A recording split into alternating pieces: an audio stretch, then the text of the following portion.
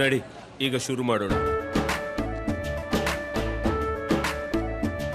ಕೇಸರಿಯಿಂದ ಮನೋಲ್ಲಾಸ ಮನಸ್ಸು ಮತ್ತೇರಿ ಕುಣಿದಾಡಿದೆ ನೋಡು, ಮನಸ್ಸು ಮತ್ತೇರಿ ಕುಣಿದಾಡಿದೆ ನೋಡು.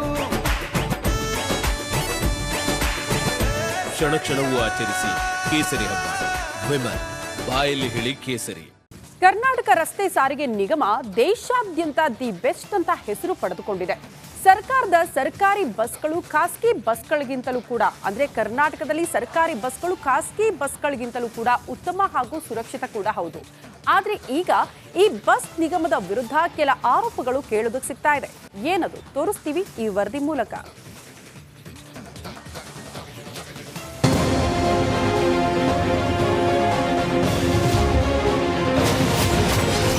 ಕೆಎಸ್ಆರ್ಟಿಸಿ ಬಸ್ ಡ್ರೈವರ್ಗಳಿಗಿಲ್ವಾ ರೆಸ್ಟ್? ಸ್ವಲ್ಪ ರೆಸ್ಟ್ ಕೊಡಿ ಅಂತ ಹೇಳಿದ್ದೆ ತಪ್ಪ. ಸರ್ಕಾರಿ ಸಾರಿಗೆಯಲ್ಲಿ ದೇಶದಲ್ಲೇ ಕೆಎಸ್ಆರ್ಟಿಸಿ ಅಗ್ರಸ್ಥಾನವನ್ನ ಪಡೆದಿದೆ.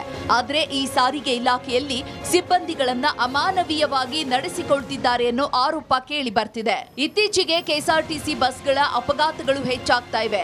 ಇದರ ಅಸಲಿ ಕಾರಣ ಬಯಲಾಗಿದೆ. ಕೆಎಸ್ಆರ್ಟಿಸಿ ಚಾಲಕರು ದಣಿವರಿಯದೆ ಕೆಲಸ ಮಾಡ್ತಿದ್ದಾರೆ, ಶಿಫ್ಟ್ಗಳ ಲೆಕ್ಕವೇ ಇಲ್ಲ ಅಂತ ಆರೋಪ ಮಾಡಿದ್ದಾರೆ. ಅಷ್ಟೇ ಅಲ್ಲ, ಇಲ್ಲೊಬ್ಬ ಬಸ್ ಚಾಲಕ ಸರ್ ಸ್ವಲ್ಪ ರೆಸ್ಟ್ ಕೊಡಿ ಎಂದಿದ್ದಕ್ಕೆ ನಿಂದಿಸಿ ಸಸ್ಪೆಂಡ್ ಮಾಡಿದ್ದಾರಂತೆ ಅಧಿಕಾರಿಗಳು. ನಾವು ಅಧಿಕಾರಿಗಳಿದ್ರೆ ನೀನು ಏನು ಬೇಕೋ ಮಾಡ್ಬೋದು, ನಮ್ಮ ಕೈಯಲ್ಲಿ ಪೆನ್ ಇದೆ, ಪೇಪರ್ ಇದೆ, ಹೋಗೋ ಅಂತೇಳಿ ನಾನೇನು ತಪ್ಪು ಮಾಡದೇ ಇದ್ರೂ ನನಗೆ ಸಸ್ಪೆಂಡ್ ಆರ್ಡರ್ ನೀಡಿದ್ದಾರೆ. ಚಾಲಕನ ಮೇಲೆ ದರ್ಪ ಮೆರೆದಿರುವ ಆರೋಪದ ಮೇಲೆ ಸದ್ಯ ಉಪ್ಪಾರ್ಪೇಟೆ ಠಾಣೆಯಲ್ಲಿ ಡಿಸಿ ಅರುಣ್ ಕುಮಾರ್ ಸೇರಿ 5 ವಿರುದ್ಧ ಎಫ್ಐಆರ್ ದಾಖಲಾಗಿದೆ. ಆದರೆ ಕೆಎಸ್ಆರ್ಟಿಸಿ ಕಡೆಯಿಂದ ಯಾವುದೇ ಕ್ರಮ ಕೈಗೊಂಡಿಲ್ಲ. Savitha Ramachandra, Republic Kannada, Bengaluru.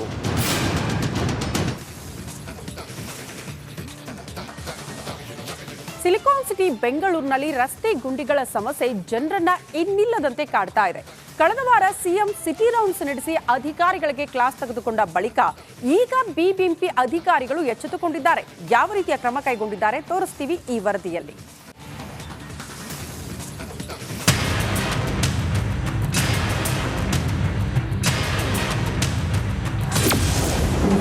CM class ಬಳಿಕ ಎಚ್ಚೆತ್ತ ಅಧಿಕಾರಿಗಳು.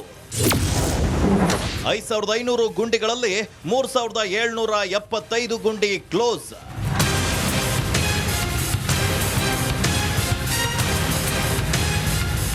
ಇತ್ತೀಚೆಗೆ ಬೆಂಗಳೂರಿನಲ್ಲಿ ಮಳೆ ಅವಾಂತರದ ಬಗ್ಗೆ ಸ್ವತಃ ಸಿಎಂ ಸಿದ್ದರಾಮಯ್ಯ ಸಿಟಿ ರೌಂಡ್ಸ್ ಅನ್ನು ನಡೆಸಿದ್ರು. ಆಗ ಬಿಬಿಎಂಪಿ ಅಧಿಕಾರಿಗಳಿಗೆ ಬೆಂಗಳೂರಿನ ರಸ್ತೆ ಗುಂಡಿಯನ್ನ ಮುಚ್ಚಲು ಡೆಡ್ ಲೈನ್ ಅನ್ನು ಕೊಟ್ಟಿದ್ರು. ಅದರಂತೆ ಈಗ ಬಿಬಿಎಂಪಿ ರಸ್ತೆ ಗುಂಡಿಗಳನ್ನು ಮುಚ್ಚಿದೆ.